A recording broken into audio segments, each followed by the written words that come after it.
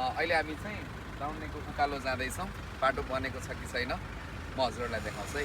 म ड्राइभिङ गरेर जाँदैछु यहाँ चाहिँ। आज बुटोलबाट भरतपुर आउने क्रममा दाउनेको यो उकालो र ओह्रालो बाटो ड्राइभिङ गर्न मन लाग्यो। सधैँ दाउनेले दुःख दियो भन्ने मात्र सुनेको र केही समय अगाडि मात्र निर्माणको अन्तिम चरणमा पुगेको छ भन्ने सुनेको आधारमा आज मैले ड्राइभिङ गरेँ।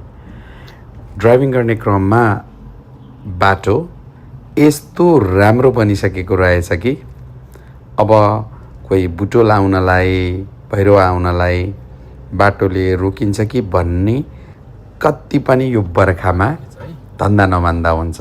बाटो फ्राकिलो छ, यस्तो मजाको छ हिँड्नलाई। भरतपुरसम्म आउन बुटोलदेखि हामी आरामले आफ्नै रफ्तारमा 2 घन्टामा सजिलोसँग आउने बाटो बनिसकेको रहेछ।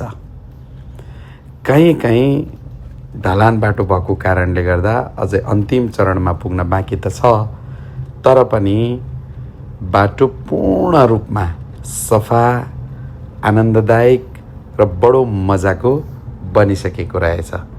यो 114 किलोमिटरको बाटो बुटोलदेखि भरतपुरसम्मको यो बाटो सम्भवतः नेपालमा सबैभन्दा लामो द्रुत गतिमा हाँक्न मिल्ने गरी बनाइएको छ। तर पनि धेरै बजार बस्तीहरू भएको कारणले गर्दा 80 भन्दा मुनि हाँक्नु सबैभन्दा सुरक्षित हुन्छ। र यति हुँदाहुँदै पनि दाउन्ने बजार जहाँ छ त्यहाँ केही कामहरू चाहिँ अझै पनि बाँकी रहेछ। र यात्राको क्रममा हामी यो जुन बिग्रेको छ करिब 20-25 मिटर बाटो, त्यो बाहेक उकालो ओह्रालो सम्पूर्ण रूपमा अहिले बनिसकेको रहेछ।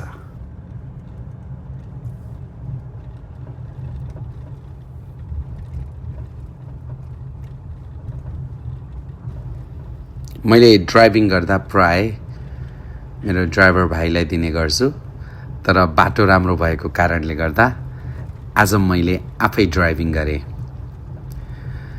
यो ड्राइभिङको मजा यस्तो छ कि यहाँ हरियाली कुनै युरोपियन मुलुकभन्दा कम लाग्दैन। अब यसलाई रङ रोगन गरिसकेपछि 3 लेनको यो बाटोमा ड्राइभिङ गर्दा सम्भवतः विदेशमा गाडी हाँकेको महसुस गर्न सकिन्छ। ड्राइभिङ यस्तो आनन्दको पहाड भएको बाटो, फराकिलो बाटो, बेग्लै मजा छ। फराकिलो बाटोमा बिना कुनै थकान रमाइलो गरी यात्रा गर्नको लागि अब बुटोल भैरवा लगायत पश्चिमसम्म, फेरि पश्चिमबाट बाटो बनाउने क्रम त छ, तर पनि भैरवासम्मको लागि एकदमै मजा छ।